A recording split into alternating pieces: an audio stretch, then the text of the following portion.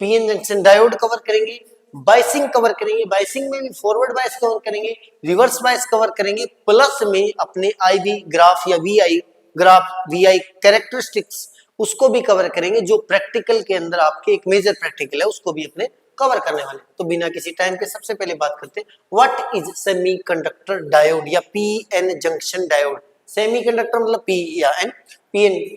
A semiconductor diode is PN junction diode with metallic contact at both ends. अगर both end यानी P और N को contact करके end के साथ मेटलिक एंड्स बना दे, उसको अपने बोलते हैं PN junction diode. It allow application of external voltage. फायदा क्या होगा कि अगर मैंने क्या किया बेटा, मैंने अगर पीएन जंक्शन के साथ क्या किया बेटा, मैंने पीएन जंक्शन के, ये लो ये हमारे पास पीएन जंक्शन है, पी एंड एन, यहाँ पर एक मेटलिक प्लेट लगा दी, इसके साथ इस साइड में भी एक मेटल लगा दिया, तो क्या फायदा होगा, ये फायदा होगा कि सर इस मेटल के साथ हम कांटेक्ट करके इसके साथ वोल्टेज अप्लाई कर सकते हैं इसके साथ। डन, कहां गया, एक तो ये लो डन बेटा। It allow application of external voltage. It has two terminal हो जाएंगे, एक पी साइड वाला जिसको एनोड बोलते हैं, एक एन साइड का जो टर्मिनल बन जाएगा उसको कैथोड बोलते हैं। सिंबल जो होता है पीएन जंक्शन डायोड का वो कुछ ऐसा होता है, ये भी नोट करने वाली बात है। पीएन जंक्शन डायोड का सिंबल बेटा ये वाला सिंबल होता है, ये ऐसे, ठीक है, और ये ऐसी लाइन, ये वाला जो ये वाली साइड होती है वो पी साइड होती है, जिस साइड में ये लाइन होती है वो एन साइड होती है। Then this is the symbol of PN junction diode. Done, इस साइड में पी होता है उस साइड में एन होता है। देन ठीक है, ये आ गया। उसके बाद में शायद उसके बाद में बेटा इफेक्ट ऑफ एक्सटर्नल वोल्टेज, यानी पीएन जंक्शन डायोड पर अगर अपने एक्सटर्नल वोल्टेज अप्लाई करते हैं तो क्या फर्क पड़ता है। Applying an external voltage modify the barrier potential. वो क्या करता है, बैरियर पोटेंशियल को, बैरियर पोटेंशियल प्रीवियस वीडियो में अपने पढ़ा है, उसको कम या ज्यादा करता है। एक्सटर्नल वाइस जो होते हैं वो दो टाइप के हो सकते हैं, यानी पोटेंशियल आप दो तरीके से लगा सकते हो। कितने तरीके से लगा सकते हो बेटा, दो तरीके से लगा सकते हो। एक तो इस साइड में अगर मैं पॉजिटिव लगा देता हूं और इस साइड में नेगेटिव लगा देता हूं, इस साइड में पॉजिटिव इस साइड में नेगेटिव, यानी पी साइड में अगर मैं पॉजिटिव अप्लाई कर देता हूं, एन साइड में नेगेटिव अप्लाई कर देता हूं, तो इसको बोलते हैं बेटा फॉरवर्ड बायस। क्या बोलते हैं, फॉरवर्ड बायस, बायस। डन, और इसका ऑपोजिट अगर जस्ट ऑपोजिट कर दूं, यानी एन को नेगेटिव के साथ, सॉरी उल्टा कर दिया, एन को पॉजिटिव के साथ और पी को नेगेटिव के साथ ऐड कर दूं, देन इसको बोलते हैं रिवर्स बायस। क्या बोलते हैं, रिवर्स बायस। यानी किसी पीएन जंक्शन डायोड के साथ वोल्टेज अप्लाई करना ही बायसिंग कहलाता है। और बायसिंग दो टाइप की होगी अपने पास, forward and reverse, forward and reverse. Done done done done. इसके बाद में चलते बेटा, सबसे पहले आता है diode at equilibrium, no bias. अगर अपने कोई भी वोल्टेज अप्लाई नहीं करते तो नो एक्सटर्नल वोल्टेज अप्लाई। उस कंडीशन में मैंने प्रीवियस वीडियो में बताया था कि डिफ्यूजन करंट ड्रिफ्ट करंट के इक्वल होता है, तो नेट करंट जो है जीरो हो जाएगा। अब बात करते हैं बेटा forward bias condition. Forward bias condition मैंने बताया था डायोड फॉरवर्ड बायस में कब होता है, जब पी साइड को पॉजिटिव टर्मिनल, एन साइड को नेगेटिव टर्मिनल के साथ कनेक्ट कर देते हैं, एक्सटर्नल वोल्टेज अप्लाई कर देते हैं, oppose the built in barrier potential. अब जो एक्सटर्नल वोल्टेज होता है वो अपोज करता है किसका, जो बिल्ड इन पोटेंशियल बैरियर है उसका। ये बहुत अच्छी बात है, अच्छी बात इसलिए क्योंकि बच्चे यहां पर जाके उलझ जाते हैं। सर हमने देखा था कि इसके अंदर जो ये हमने पास क्या थे बेटा, होल्स थे, क्या थे, होल्स थे, क्या थे, होल्स थे। डन, और इस साइड में अगर मैं इसको पी साइड लिख रहा हूं तो इसको एन साइड में, तो इधर अपने पास इलेक्ट्रॉन्स थे, क्या थे, इलेक्ट्रॉन्स थे, इलेक्ट्रॉन्स थे। अब ये क्या करता है, मैंने बोला था कि यहां पर अगर कुछ होल इधर जाएंगे, होल इधर चले जाएंगे, इलेक्ट्रॉन्स इस साइड में आ जाएंगे अलग कलर से, तो ये मेरे पास positive and negative, positive and negative, positive and negative. तो ये वाला जो मेरे पास रीजन है वो अपने पास बन गया था पोटेंशियल डिप्लेशन लेयर, और ये पोटेंशियल बैरियर बन गया। अब इस कंडीशन में क्या होता है, इस कंडीशन में जब अपने फॉरवर्ड बायस की बात करते हैं बेटा, फॉरवर्ड बायस में इस साइड में पॉजिटिव लगाते हैं, इस साइड में क्या लगाते हैं, पॉजिटिव, इस साइड में क्या लगाते हैं, नेगेटिव।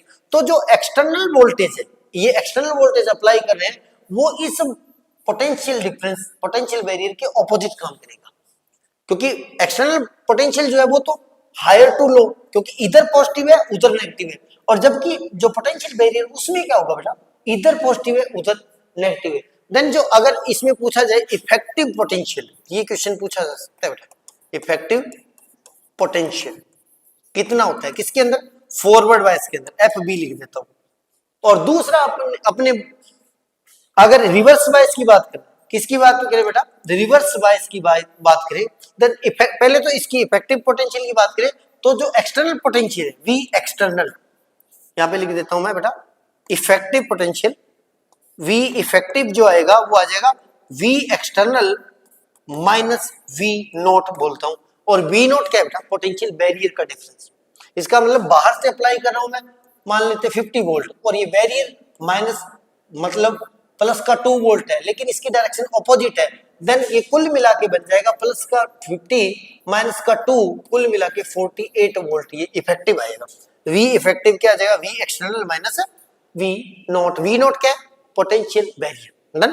अब अगर बात करते हैं रिवर्स की, रिवर्स के अंदर क्या होगा, रिवर्स के अंदर ये एन हो जाएगा, ये लो पोटेंशियल हो गया, इसका मतलब यहीं पे करवा देते हैं, ये लो सर, रिवर्स के अंदर ये नेगेटिव हो गया,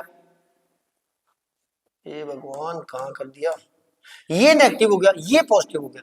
अब इस कंडीशन में देखो बेटा, पोटेंशियल इस साइड में पॉजिटिव है, इस साइड में नेगेटिव है, तो जो एक्सटर्नल पोटेंशियल है वो उसी डायरेक्शन में, एक्सटर्नल पोटेंशियल की डायरेक्शन क्या है, ये वाली, पॉजिटिव टू नेगेटिव, और बैरियर की डायरेक्शन क्या है, ये वाली।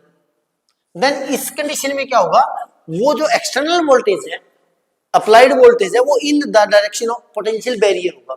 इस कंडीशन में अगर वी इफेक्टिव की बात करें, वी इफेक्टिव आ जाएगा बेटा वी एक्सटर्नल प्लस में वी नोट। वी नोट क्या है, potential barrier. Done done done done done done done done, clear. अब इसके बाद में चलते बेटा इफेक्ट ऑन डिप्लेशन रीजन। जब भी आप फॉरवर्ड बायस की बात करते हैं, फॉरवर्ड बायस के अंदर आप अगर पोटेंशियल अप्लाई कर रहे हैं, उस केस के अंदर क्या होगा, इस केस के अंदर क्या होगा बेटा, डिप्लेशन विड्थ डिक्रीज हो जाएगी, बैरियर हाइट रिड्यूस हो जाएगी, इफेक्टिव बैरियर हाइट जो है वो अपने पास ये आएगी, मैंने बता दिया। अब इस कंडीशन में अगर मैं बात करता हूं फॉरवर्ड की, पहले इसको फॉरवर्ड वाइज की बात करते हैं।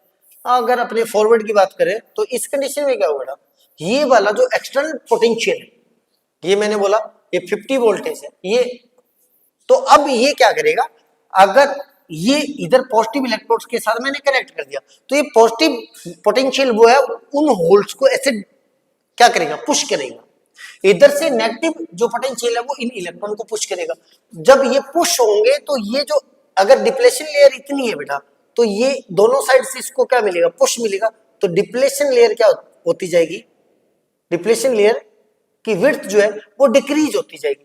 अगर डिप्लेशन लेयर की विड्थ की डिक्रीज होती जाएगी तो यहां पर जो पोटेंशियल बैरियर बन रहा है वो भी कम होता जाएगा। अगर इतने मान लो इतनी विड्थ है, उसके लिए पोटेंशियल बैरियर 5 वोल्ट है, तो डिक्रीज हो जाएगा तो 4 हो जाएगा, और डिक्रीज हो जाएगा तो 2 वोल्ट हो जाएगा। इसका मतलब क्या होगा कि अगर फॉरवर्ड बायस की बात करें तो फॉरवर्ड बायस के अंदर क्या होगा बेटा, डिप्लेशन विड्थ डिक्रीज होती है due to external applied potential, और उसकी वजह से बैरियर हाइट क्या होती है, रिड्यूस हो जाती है। और बैरियर हाइट जो रिड्यूस होती है वो अपने पास वी इफेक्टिव जो मैंने बताई थी, एक्सटर्नल माइनस पोटेंशियल बैरियर की, जो डन, ये अपने पास आ गया। उसके बाद में चलते बेटा current at low and high voltage.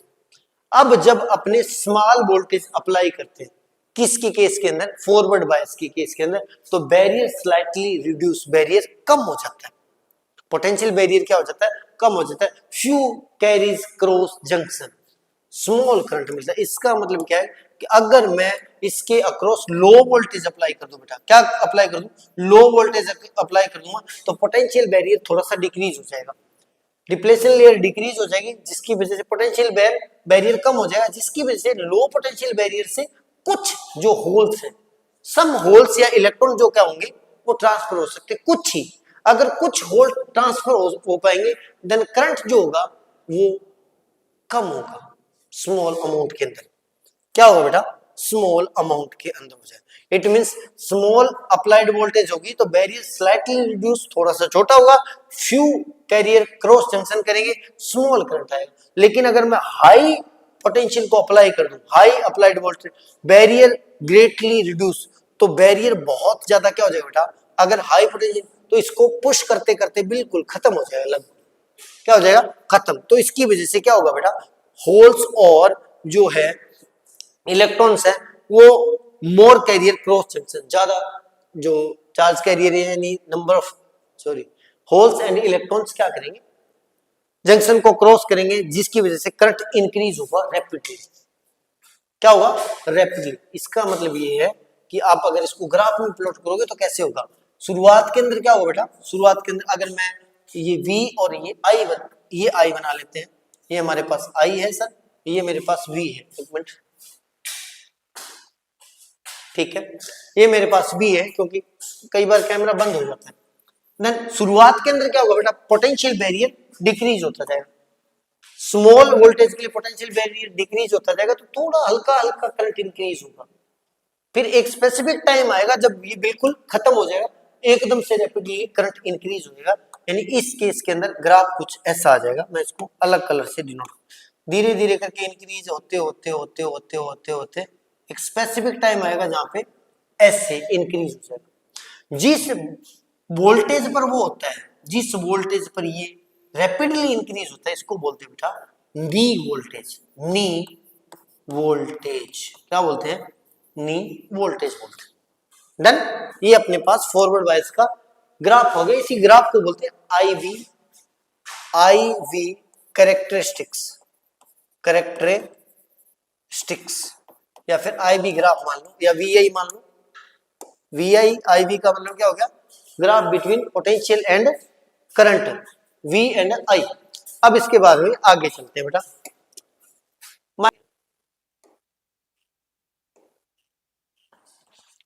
अब अगर इसके बाद में आपको आईवी ग्राफ का पता लग गया, अब इस फॉरवर्ड वाइज का की पॉइंट्स देखें तो अपने को पता लगता है कि फॉरवर्ड वाइज के अंदर लो रेजिस्टेंस होता है, छोटा सा पोटेंशियल बैरियर होता है, इसको एक लो रेजिस्टेंस की वजह से अब वो थोड़ा सा जैसे ही पोटेंशियल अप्लाइड पोटेंशियल को इंक्रीज कर दोगे तो वो बैरियर खत्म हो जाएगा। वो बैरियर ही एज ए रेजिस्टेंस काम करता है, डिप्लेशन लेयर श्रिंक करती है, किसमें, फॉरवर्ड वाइज के अंदर। करंट इंक्रीज होता है एक्सपोनेंशियली विद वोल्टेज, एक स्पेसिफिक टाइम पर जाकर रैपिडली इंक्रीज हो जाता है। Then this is graph of exponents. उसके बाद में आता है रिवर्स बायस, रिवर्स उसका अपोजिट कर देते हैं। रिवर्स के अंदर क्या होता है, रिवर्स के अंदर मैंने बोला था पहले, आपको बता दिया कि जिस टाइप में अगर n के साथ आप पॉजिटिव ऐड कर दोगे, p के साथ नेगेटिव ऐड कर दोगे, diode is reverse biased when p side negative के साथ, n साइड पॉजिटिव के साथ external voltage add to the barrier potential. मैंने बोल दिया बैरियर पोटेंशियल के साथ ऐड हो जाएगा। इसके बाद में इफेक्ट्स ऑफ डिप्लेशन रीजन, ये क्वेश्चन ये देखते हैं बेटा, इसमें क्या होगा, यहीं पर चलते हैं, यहां पर चलते हैं। तो इस केस में मैं अगर लगा दूंगा, इधर लगा दिया सर मैंने ये पॉजिटिव लगा दिया और ये मैंने नेगेटिव लगा दिया। अब इस केस के अंदर क्या होगा बेटा, ये वाला पॉजिटिव पोटेंशियल, ये पॉजिटिव टर्मिनल है, तो ये पॉजिटिव टर्मिनल क्या करेगा, इन इलेक्ट्रॉन्स को अपनी तरफ खींचेगा, अट्रैक्ट करेगा। ये नेगेटिव टर्मिनल जो, क्योंकि ये पॉजिटिव हो गया, ये वाली जो मेटेलिक प्लेट अपने ऐड की थी वो पॉजिटिव हो गई, पॉजिटिव होती है, इलेक्ट्रॉन को अपनी तरफ अट्रैक्ट करेगा। ये वाला जो है वो क्या करेगा बेटा, नेगेटिव को अपनी, ये वाली पॉजिटिव प्लेट इलेक्ट्रॉन्स को अपनी तरफ अट्रैक्ट करेगी, ये वाली नेगेटिव जो मेटेलिक प्लेट है वो होल्स को अपनी साइड में अट्रैक्ट करेगी, जिसकी वजह से डिप्लेशन लेयर इंक्रीज होती जाएगी, डिप्लेशन लेयर इंक्रीज होती जाएगी। अगर डिप्लेशन लेयर इंक्रीज होगी तो इसका मतलब ब्रॉड होती जाएगी, तो पोटेंशियल बैरियर भी इंक्रीज होता जाएगा, पोटेंशियल बैरियर इंक्रीज होता जाएगा, एंड डिप्लेशन लेयर वाइडन हो जाएगी, बैरियर हाइट इंक्रीज होती जाएगी। इफेक्टिव बैरियर मैंने बोल दिया था कि वो in the direction of potential barrier की अप्लाइड वोल्टेज होगा। देन इफेक्टिव जो आएगा V नॉट प्लस V आ जाएगा, यानी external plus. Then current in reverse bias की बात करें तो majority carrier are pulled away from the junction. क्या होगा इस केस के अंदर, इस केस के अंदर ज्यादातर जो कैरियर्स है यानी इलेक्ट्रॉन्स है वो दूर जाएंगे, क्या हो जाएंगे, दूर जाएंगे, तो जंक्शन को क्रॉस नहीं करेंगे, जंक्शन को क्रॉस नहीं करेंगे। No majority carrier conduction, conduction ही नहीं होगा क्योंकि क्रॉस नहीं करेंगे। Only a very small crowd flow, यानी बहुत कम, लाखों करोड़ों में से एक आधा इलेक्ट्रॉन पार कर जाएगा या होल पार कर जाएगा, उसको अपने only very small current flow करेगा, उसकी वजह से। डन बेटा। Reverse saturation current due to minority carriers nearly independent of applied voltage. इसका मतलब बिल्कुल कम अगर इक्का दुक्का इलेक्ट्रॉन्स या होल्स क्या कर रहे हैं, पास हो रहे हैं, तो उसकी वजह से करंट जो होता है वो वोल्टेज पर डिपेंड नहीं करेगा। In the order of micro ampere, बहुत कम, बहुत ही कम। माइक्रो एम्पियर का मतलब लगभग नेग्लिजिबल अमाउंट के अंदर करंट फ्लो करेगा। अब उसके बाद में पढ़ते हैं बेटा breakdown high reverse bias voltage. अब मैंने आपको बोला था कि जब भी आप ये लगाओगे, हम रिवर्स बायस के अंदर लगाते हैं तो ये खींचता जाएगा, ये खींचता जाएगा, बैरियर बढ़ता जाएगा, बढ़ता जाएगा, बढ़ने के बाद में एक स्पेसिफिक वोल्टेज ऐसी आएगी जिस वोल्टेज पर आते ही ब्रेक डाउन हो जाएगा। At very high reverse voltage क्या होगा, Zener breakdown low voltage पर होता है, एवेलेंच ब्रेकडाउन क्या होता है, हाई वोल्टेज पे होता है। सडन लार्ज करंट फ्लो करता है, डायोड में B damage if current not limited. इसका मतलब है एक स्पेसिफिक टाइम आएगा, ये इलेक्ट्रॉन इसको खींचते जाएंगे, ये इस होल को खींचते जाएंगे, एक स्पेसिफिक टाइम पर आकर ये जो पीएन जंक्शन फॉर्मेशन है वो टूट जाएगा, खत्म हो जाएगा।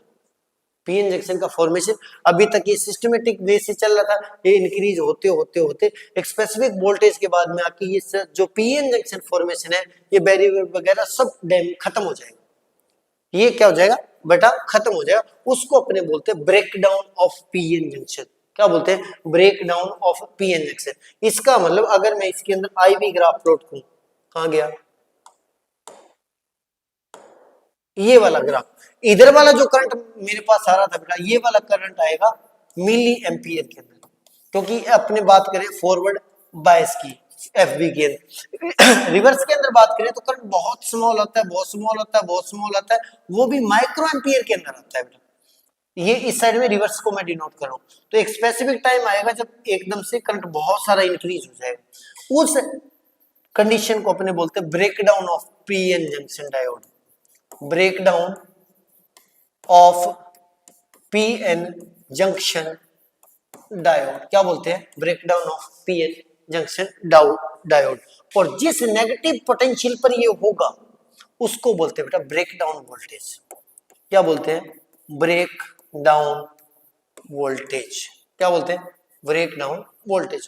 क्लियर। तो ऐसा कुछ ग्राफ आता है जिसको आईवी कैरेक्टरिस्टिक्स बोलते हैं। अब चलते आगे। व्हाट इज वीआई कैरेक्टरिस्टिक्स, मैंने बताया ग्राफ बिटवीन पोटेंशियल, अगर एक्स एक्सिस पे लेते हैं, करंट वाई एक्सिस पे लेते हैं, डायोड के बिहेवियर को फॉरवर्ड वाइस और रिवर्स वाइस के अंदर शो करते हैं, उसको आईवी ग्राफ बोलते हैं। फॉरवर्ड वाइस के अंदर क्या होता है बेटा, करंट वेरी स्मॉल होता है इनिशियली, शुरुआत के अंदर। आफ्टर नी वोल्टेज, मैंने बोला था करंट राइज करता है शार्पली,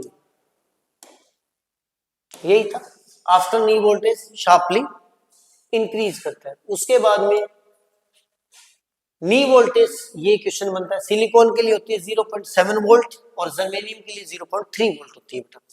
उसके बाद में अपने आ गया रिवर्स बायस के अंदर, मैंने बोला very small reverse saturation current आता है, ऑलमोस्ट कांस्टेंट विद वोल्टेज होता है, sudden rise at breakdown voltage, यानी लगभग जीरो ही आता है क्योंकि माइक्रो की रेंज में आता है, फिर एकदम से ब्रेकडाउन होता है, एकदम से इंक्रीज हो जाता है। उसके बाद में अगर बात करें बेटा नेक्स्ट पीपीटी के अंदर अपने इंपॉर्टेंट ऑब्जर्वेशन देखे थे, क्या देखेंगे कि डायोड कंडक्ट करता है only one direction, forward bias के अंदर करंट को फ्लो करता है, क्योंकि रिवर्स वाला जो आ रहा है वो उसको नेग्लिजिबल मान लो, negligible act as low resistance in forward bias, forward bias के अंदर एक्ट करता है लो रेजिस्टेंस, क्योंकि लो रेजिस्टेंस होगा तो ही करंट फ्लो करेगा। और हाई रेजिस्टेंस इन रिवर्स बायस के अंदर, रिवर्स बायस के अंदर अगर नेग्लिजिबल अमाउंट के अंदर करंट जब फ्लो कर रहा है, इसका मतलब रेजिस्टेंस उसका क्या है, हाई है बेटा। और इससे पहले एक चीज मैं ग्राफ से जुड़ी हुई आपको और बता देता हूँ। यहाँ पर देखो बेटा, यहाँ पर इस स्पेसिफिक टाइम, इस स्पेसिफिक एरिया के अंदर क्या हो रहा है, इस स्पेसिफिक एरिया के अंदर ये ग्राफ है V का, इस डायरेक्शन में V की वैल्यू है, इस डायरेक्शन में I की वैल्यू है, तो इसका मतलब डेल्टा वी में चेंज हो रहा है, उसके कोरस्पोंडिंग डेल्टा आई में भी चेंज हो रहा है। डेल्टा वी में चेंज हो रहा है, उसके कोरस्पोंडिंग डेल्टा आई में भी चेंज हो रहा है। Then delta V upon delta I जो आएगा बेटा, वो v अपॉन आई से ओम्स लॉ बोलता है ये r है। लेकिन ये r delta v upon delta आई का रेशियो चेंज होता है, चेंज होता है जिसकी वजह से r चेंज होता रहता है। रेजिस्टेंस क्या होता है रहता है, चेंज होता रहता है। क्यों? क्योंकि जैसे मैंने अपने थोड़ा सा इसको इमेजिनेशन के हिसाब से देखते हैं, तो बैरियर चेंज होगा तो potential sorry depletion layer change होगी तो उसकी वजह से पोटेंशियल भी चेंज होगा, पोटेंशियल चेंज होगा तो करंट चेंज होगा, इसका मतलब डेल्टा भी चेंज होगा, आई चेंज होगा तो उसकी वजह से आर भी चेंज हो जाता है। इसलिए इसको बोलते हैं बेटा डायनामिक रेजिस्टेंस। क्या बोलते हैं? Dynamic resistance, dynamic resistance. अब डायनेमिक का मतलब आर चेंज हो रहा है। अब आर चेंज हो रहा है तो ओम्स लॉ क्या बोलता है? ओम्स लॉ आर को कांस्टेंट लेके चलता है। वी अगर आई में प्लॉट करें तो एक स्ट्रेट लाइन आती है, इसका मतलब है आर कांस्टेंट है। जबकि इस केस के अंदर आर क्या है? कांस्टेंट नहीं है, डायनेमिक है। इसलिए जो पीएन जंक्शन डायोड है वो ओम्स लॉ को फॉलो नहीं करता। अगर ये स्ट्रेट लाइन होती तो ओम्स लॉ को फॉलो करता, लेकिन इस केस में ओम्स लॉ को पीएन जंक्शन डायोड फॉलो नहीं करता है। डन डनाडन, इसलिए इसको नॉन ओमिक डिवाइस भी बोलते हैं। अब हल्का सा रिवीजन देखते हैं। आज हमने क्या पढ़ा? डायोड पढ़ा, टू टर्मिनल डायोड पढ़ा, मेड ऑफ पीएन जंक्शन पढ़ लिया, करंट को अलाउ करता है एक डायरेक्शन में। दूसरा फॉरवर्ड बायस पढ़ा, पी के साथ पॉजिटिव टर्मिनल, एन के साथ negative terminal. Depletion region width होती है वो डिक्रीज होती है, बैरियर पोटेंशियल डिक्रीज होता है, करंट होता है मिली एम्पियर के अंदर due to minority carrier injection होता है, माइनॉरिटी कैरियर की वजह से। रिवर्स बायस पढ़ा, कब होता है बेटा? पी के साइड नेगेटिव टर्मिनल ऐड करते हैं, एन के side positive terminal, depletion region बढ़ती है, बैरियर पोटेंशियल भी इंक्रीज होता है, करंट माइक्रो में होता है, वेरी स्मॉल अमाउंट में होता है, due to minority charge carrier only होता है। और उसके अंदर नेक्स्ट बेटा अपने नी वोल्टेज सिलिकॉन के लिए 0.7 वोल्ट आती है, जर्मेनियम के लिए 0.3 वोल्ट है। सातवां पढ़ा अपने ब्रेकडाउन दो टाइप का होता है, एक जेनर होता है अगर लोअर वोल्टेज से ब्रेकडाउन होता है, और दूसरा होता है एवेलेंची अगर हाई वोल्टेज पर ब्रेकडाउन होता है, उसको एवेलेंची ब्रेकडाउन बोलते हैं इन रिवर्स वाइज। और एग्जाम के पॉइंट ऑफ व्यू से बहुत इंपॉर्टेंट ये वीडियो है, क्योंकि यहाँ से केस स्टडी बनती है, आपसे न्यूमेरिकल भी बना लिए जाते हैं और कुछ ऐसे क्वेश्चन बनाए जाते हैं ज्यादातर बच्चे जिनको छोड़ देते हैं। सबसे पहले बात करते हैं बेटा आज के टॉपिक की। आज टॉपिक अपने स्टडी करेंगे रेक्टिफायर को, हाफ वेव रेक्टिफायर को, फुल वेव रेक्टिफायर को, फिल्टर को और टाइम कांस्टेंट। 5 टॉपिक एक ही वीडियो में कवर करने वाले हैं। तो बिना किसी टाइम के सबसे पहले देखते हैं बेटा रेक्टिफिकेशन क्या होता है। What is rectification? A junction diode allows current only in forward bias. Previous video में मैंने बताया था व्हेन एसी वोल्टेज अप्लाई करेंगे तो एसी वोल्टेज के हाफ साइकिल को current flow only during forward bias half cycle. This property is used to convert AC to DC. This circuit used called as rectifier.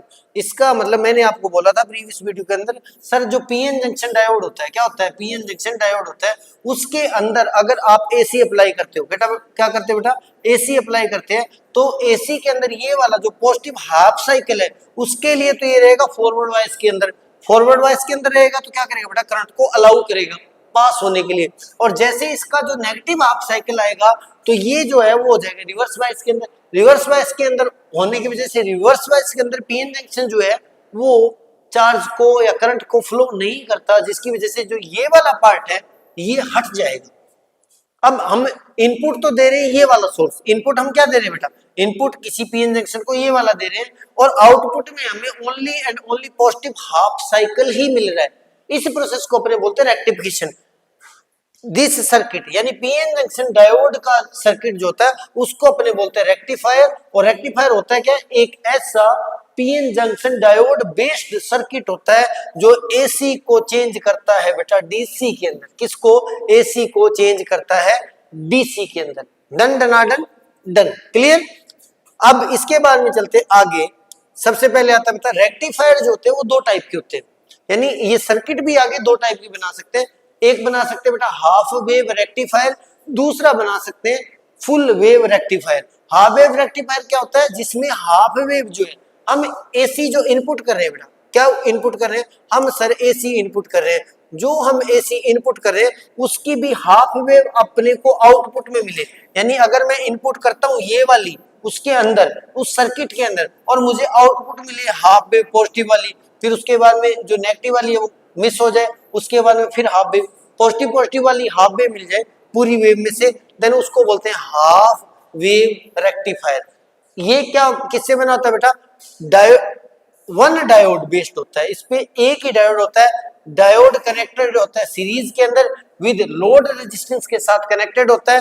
Transformer secondary provide AC input, एक transformer होता है जिससे AC input देता है और output के अंदर अपने only during one half cycle, इसका मतलब पॉजिटिव हाफ साइकिल का आउटपुट मिलता है। अब इसकी देखते हैं पहले वर्किंग, और वर्किंग से पहले अपने देखते हैं बेटा ये एक्चुअल में ये सर्किट होता कैसा है। सबसे पहले देखते हैं ये सर्किट कैसा होता है सर। देन ये हमारे पास है हाफ वेव रेक्टिफायर। क्या है बेटा? मैं पहले से बना रखा था ताकि आपको टाइम ना लगे। Half wave rectifier, wave rectifier, इसमें क्या होता है बेटा? रेक्टिफायर। सर रेक्टिफायर कहाँ गया?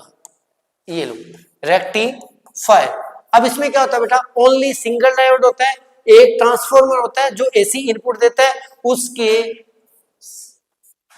एक सीरीज के अंदर लगा होता है अपने पास लोड रेजिस्टेंस लगा होता है, और ये ट्रांसफॉर्मर होता है। अब इसके अंदर क्या होता है बेटा? अब इसकी वर्किंग देखेंगे पहले। वर्किंग में बता देता हूं, जब ये इनपुट देगा, इनपुट के अंदर ये इसको देगा बेटा ये वाला साइकिल, ये वाला ट्रांसफॉर्मर, क्योंकि ट्रांसफॉर्मर एसी सोर्स है, देन वो साइनोसॉइडल वोल्टेज इनपुट कर देगा। अब इस डायोड को इनपुट देगा, देन इस वाले हाफ साइकिल के लिए, पॉजिटिव हाफ साइकिल के लिए पीएन जंक्शन जो डायोड है हमारा वो फॉरवर्ड बायस में रहेगा, देन ये करंट को अलाउ करेगा तो आउटपुट में अपने को करंट मिलेगा।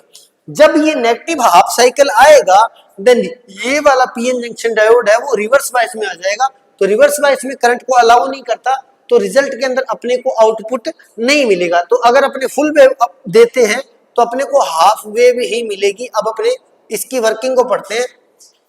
वर्किंग के अंदर working of half wave rectifier, when terminal A is positive, जब टर्मिनल ए इस साइड का पॉजिटिव होगा, देन डायोड जो है फॉरवर्ड बायस के अंदर होगा, करंट को फ्लो करेगा। जब टर्मिनल ए नेगेटिव हो जाएगा, यानी नेगेटिव हाफ साइकिल के लिए डायोड रिवर्स बायस में होगा, नो करंट होगा। Output voltage is pulsating DC, हमारे पास आउटपुट जो मिलेगा पल्सेटिंग डीसी मिलेगा। इसका मतलब डीसी फिर मतलब मिसिंग, फिर डीसी, फिर मिसिंग, फिर DC. Current flow for half of the AC cycle, जो करंट आउटपुट मिलेगा वो हाफ वेव का ही अपने को मिलेगा, इसलिए उसको हाफ वेव रेक्टिफायर बोलते हैं। इसका मतलब मैं एक साइड में अगर बना दूं सर, ये मेरे पास सर इनपुट है, क्या है सर? ये मेरे पास इनपुट है, input in half wave rectifier, और मुझे आउटपुट क्या मिलेगा बेटा? मुझे आउटपुट मिलेगा पॉजिटिव हाफ वाला, फिर मिसिंग, फिर पॉजिटिव हाफ वाला, फिर missing. Done done done done.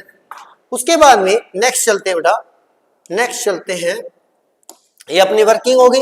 Working के बाद में लिमिटेशन देखते हैं बेटा। हाफ वेव रेक्टिफायर की लिमिटेशन क्या होती है? आउटपुट अवेलेबल ओनली 50%, हाफ ही वेव को आगे आउटपुट में दे रहा है तो 50% ही इनपुट का आउटपुट में मिलता है। लो एफिशिएंसी होती है, इसकी एफिशिएंसी लो होती है क्योंकि आउटपुट कम मिल जाए।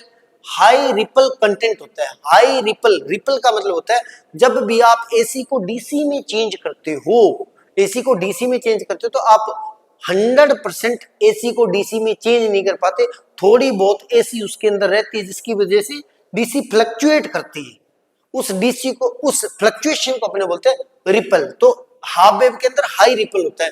No suitable for power supply, power supply के लिए सुटेबल है ही नहीं क्योंकि हाफ साइकिल आउटपुट में ही नहीं मिला अपने को, तो कैसे काम चलेगा। अब आता है बेटा full wave rectifier, centre tap transformer में यूज करते हैं। फुल वेव रेक्टिफायर यूज करते हैं 2 डायोड्स को, रिक्वायर्ड सेंटर टेप ट्रांसफार्मर होना जरूरी है। Rectify both positive and negative half cycle, यानी दोनों साइकिल पॉजिटिव और नेगेटिव हाफ साइकिल दोनों को ये क्या करता है? रेक्टिफाई कर देता है। आउटपुट जो होता है वो अक्रॉस द लोड रेजिस्टेंस अपने को मिलता है। अब यहाँ पे समझते हैं बेटा कि फुल वेव के अंदर क्या होता है। ये बहुत अच्छा क्वेश्चन बनता है इसका।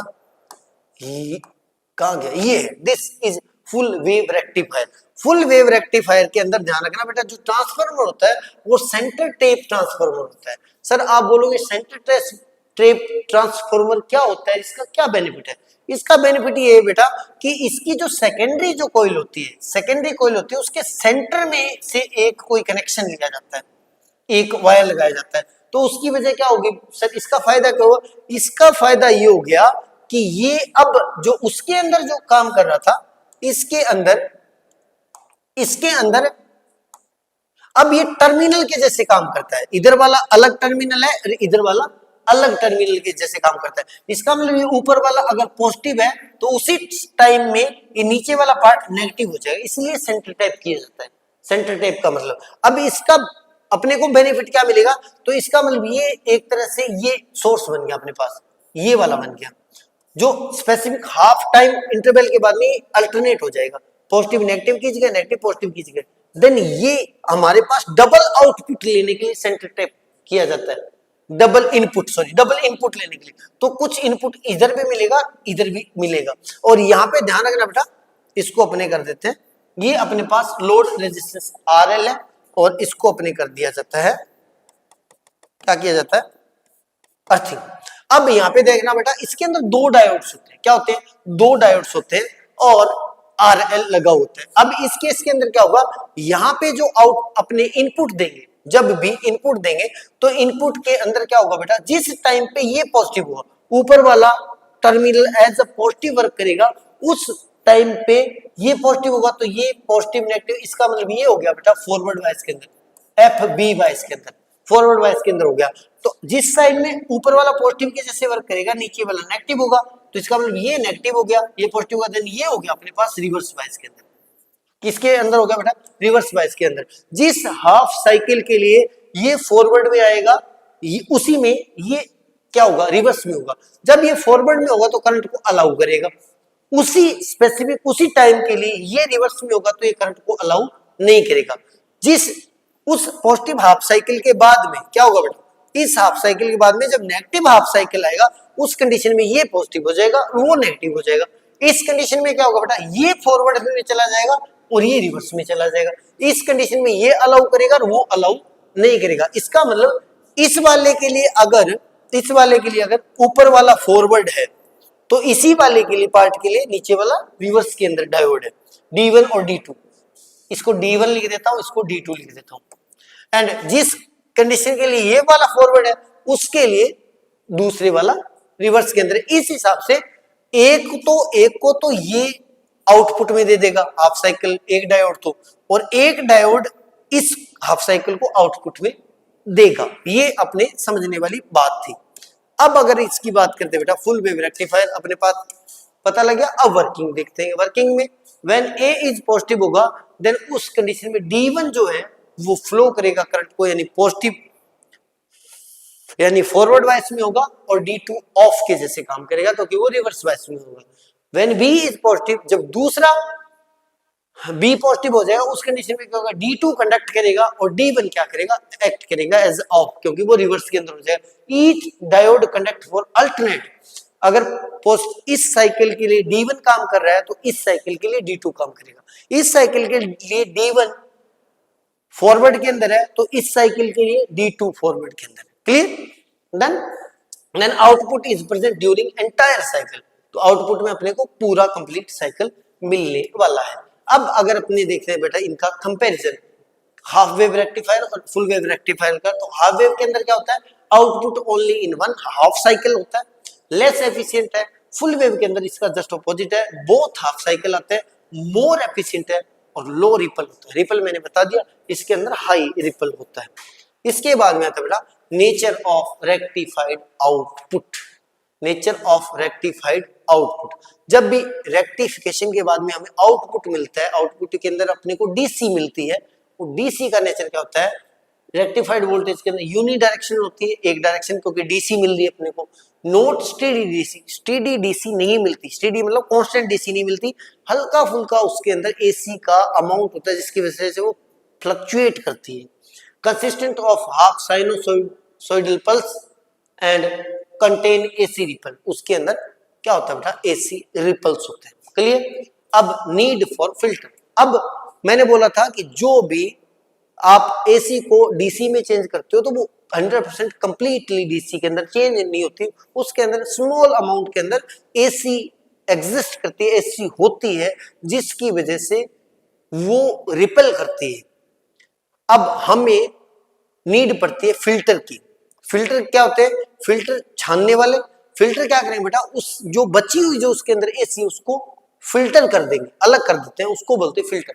Need for filter to obtain smooth DC, क्योंकि अगर एसी की फ्लक्चुएशन को आप खत्म नहीं करोगे, एसी को छानोगे नहीं, फिल्टर नहीं करोगे, तो अपने पास रिजल्ट के अंदर स्मूथ डीसी नहीं मिलेगी। Filter remove AC ripple, AC ripple को फिल्टर रिमूव करते हैं। कॉमन फिल्टर दो टाइप के होते हैं, कैपेसिटर होते हैं और इंडक्टर होते हैं, उनमें से भी अपने पास कैपेसिटर फिल्टर होते हैं। अब यहाँ पे फिल्टर की अगर डेफिनेशन आए तो फिल्टर क्या होता है? फिल्टर एक स्पेसिफिक टाइप का सर्किट होता है जो इन रेक्टिफिकेशन क्या करता है बेटा, एसी रिपेल को फिल्टर करता है। This is a circuit. Filter का मतलब कोई स्पेसिफिक डिवाइस नहीं है, फिल्टर का मतलब एक सर्किट है जो क्या करता है। अब कैपेसिटर होता है, अगर कैपेसिटर फिल्टर की बात करें तो capacitor connected parallel to load resistance, अगर लोड रेजिस्टेंस के पैरेलल में अपने कैपेसिटर को ऐड कर देते हैं तो वो वर्क करता है। अब यहाँ पे क्या होगा, ड्यूरिंग राइजिंग ऑफ वोल्टेज, जब वोल्टेज इंक्रीज होगी तो कैपेसिटर चार्ज हो जाएगा। ड्यूरिंग फॉलिंग ऑफ वोल्टेज, जब वोल्टेज डिक्रीज होगी तो कैपेसिटर डिस्चार्ज हो जाएगा थ्रू द लोड।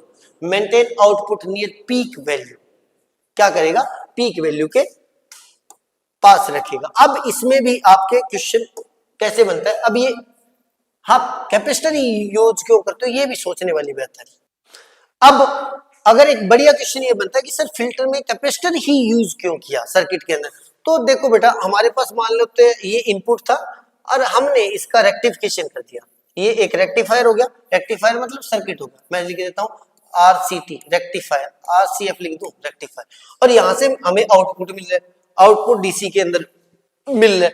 अब अगर मैं क्या करूं बेटा, इसके पैरेलल के अंदर मैं लगा देता हूं कैपेसिटर, ये कैपेसिटर है और ये यहाँ पे मैंने लोड रेजिस्टेंस लगाया था जिससे अपने जिसके अक्रॉस अपने क्या मिल रहा था, आउटपुट मिल रहा था।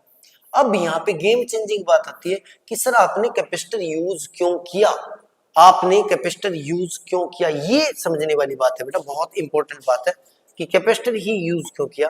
तो देखिए बेटा इसके लिए हम चलते हैं एलसीआर वाले चैप्टर में, किसमें, एलसीआर वाले एसी अल्टरनेटिंग सोर्स के अंदर।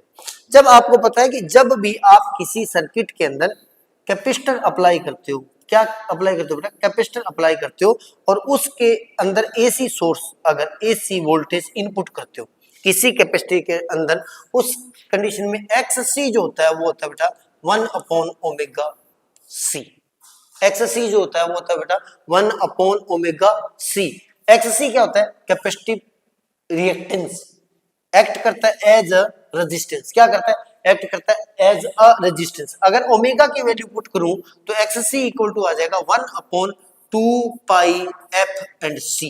2πf/c, 2πf/c।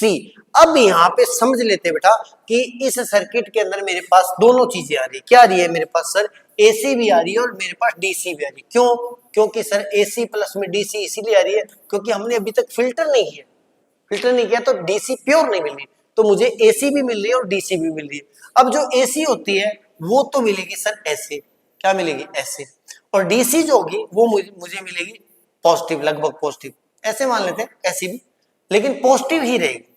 अब पॉजिटिव रहेगी तो इस कंडीशन में डीसी के पास नो फ्रीक्वेंसी, अगर कोई चीज ऐसे वेरी करती है, यही तो फ्रीक्वेंसी है, तो डीसी की फ्रीक्वेंसी क्या रहेगी, डीसी ऑलवेज क्या रहेगी, पॉजिटिव, तो डीसी के लिए फ्रीक्वेंसी जो होगी बेटा वो जीरो हो जाएगी, डीसी के लिए फ्रीक्वेंसी क्या हो जाएगी, जीरो हो जाएगी। इस कंडीशन में अगर इस वायर के अंदर एसी प्लस डीसी का अगर अपने पास एक तरह से मिक्सचर आता है, इनपुट करता है, तो इस वायर के अंदर क्या होगा बेटा, डीसी के लिए जैसे फ्रीक्वेंसी जीरो है उस कंडीशन में XC क्या हो जाएगा, XC हो जाएगा 1/2πfc, और f फ्रीक्वेंसी जीरो होगी तो XC इक्वल टू हो जाएगा 1/, ये कंप्लीट जीरो हो गया, और 1/0 का मतलब हो गया बेटा क्या, इन्फिनिटी। तो XC क्या हो जाएगा, इन्फिनिटी। XC infinity. इसका मतलब DC के लिए ये वाले कैपेसिटर इस वाले सर्किट में रेजिस्टेंस कैपेसिटिव रिएक्टेंस यानी एक तरह से रेजिस्टेंस इंफिनिटी है, तो इसके अंदर हमें DC नहीं मिलेगी। इस सर्किट के अंदर DC एंटर, इस जो आम मान लो या इस वायर के अंदर DC एंटर नहीं करेगी, तो क्या एंटर करेगा, इसमें करेगी AC एंटर। कौन एंटर करेगा इसमें, तो AC और DC का जब भी आउटपुट मिलेगा तो उसमें से जो AC है वो एंटर कर जाएगी इसके अंदर। किसके अंदर, इसके अंदर एंटर कर जाएगी, तो अपने पास आउटपुट में जो मिलेगी वो प्योर DC मिल जाएगी। क्या मिल जाएगी, DC मिल जाएगी। अब इस केस में भी ध्यान रखना बेटा, जब यहाँ पे समझने वाली बात, अब आपको ये तो पता लगा ना कैपेसिटर को क्यों यूज किया। कैपेसिटर को इसलिए यूज किया क्योंकि जो DC वोल्टेज होती है, DC वोल्टेज होती है उसकी फ्रीक्वेंसी जीरो होती है, क्योंकि वो फ्लक्चुएट ऐसे पॉजिटिव नेगेटिव नहीं करती, फ्रीक्वेंसी जीरो होती है, तो उसके लिए XC की वैल्यू इस तरीके से इन्फिनिट आएगी। तो कैपेसिटर के अंदर DC एंटर नहीं करेगी, तो क्या एंटर करेगा, इस सर्किट के अंदर AC एंटर करेगी। AC एंटर करेगी तो AC के लिए वो एज ए फिल्टर, तो आउटपुट में अपने को सिर्फ DC मिलेगी, क्योंकि AC को इसने कंज्यूम किया, एक तरह से AC को इसने यूज कर लिया। इसमें भी आपको ध्यान रखना है बेटा कि ड्यूरिंग राइजिंग ऑफ वोल्टेज, जब वोल्टेज राइज होगी, राइज क्यों होगी, राइज क्योंकि आपको पता है कि हल्का फुल्का आपको फ्लक्चुएशन मिल रहा है ना, फ्लक्चुएशन का मतलब AC मिल रहा है, हल्का फुल्का AC अगर ये राइजिंग हो रही है फिर डिक्रीज, ऐसे ये पॉजिटिव ही तो है, अभी दिस इज राइजिंग, अब ये देखो बेटा इससे ऊपर ऊपर, इसका मतलब ये DC है, तो फ्लक्चुएशन हो रही है जिसकी वजह से राइजिंग की वजह से, जब राइजिंग होगा तो कैपेसिटर चार्ज होगा, ये बोर्ड वाले पूछेंगे पहले बता रहा हूं, और जब फॉल करेगा उस कंडीशन में कैपेसिटर डिस्चार्ज होगा और ये चार्ज लोड रेजिस्टेंस की डायरेक्शन में जाएगा। Done, and maintain output near peak value के मेंटेन करेगा। अब इसके बाद में आता है बेटा एक last topic time constant. Time constant इसको भी पूछा जा सकता है।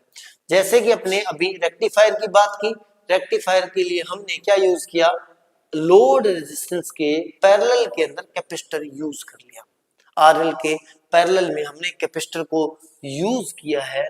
देन अब एक नई डेफिनेशन बनती है time constant. Rate of voltage fall depends on, voltage की डिपेंड्स वो इस पर करती है बेटा, लोड रेजिस्टेंस, RL का मतलब लोड रेजिस्टेंस इनटू C, इन दोनों के मल्टीप्लाई पर डिपेंड करती है rate of voltage fall. Voltage fall की जो रेट है वो डिपेंड करती है RL इंटू C के मल्टीप्लाई पर। इसको अपने T या टो से डिनोट करते हैं, टो से, जिसको बोलते हैं टाइम कांस्टेंट। क्या बोलते हैं, टाइम कांस्टेंट। यानी रेक्टिफायर जो अपना सर्किट है उसके अंदर लोड रेजिस्टेंस एंड कैपेसिटर की जो वैल्यू होती है, कैपेसिटी होती है, इन दोनों का जो मल्टीप्लाई होता है उसको टाइम कांस्टेंट बोलते हैं। लार्जर C का मीन्स होता है लार्जर टाइम कांस्टेंट, जितना ज्यादा C ज्यादा होगा उतना ज्यादा टाइम कांस्टेंट ज्यादा होगा।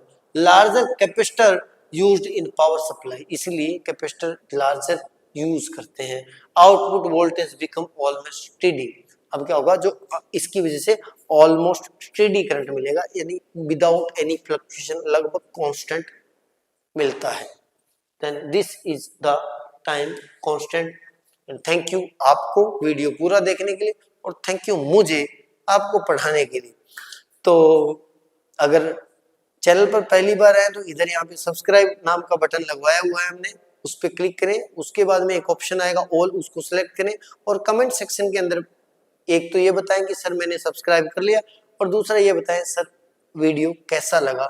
मिलते हैं नए वीडियो में, तब तक के लिए goodbye, take care, keep studying and comment जरूर किया करें, क्योंकि चैनल नया है, आपकी सपोर्ट की नीड है।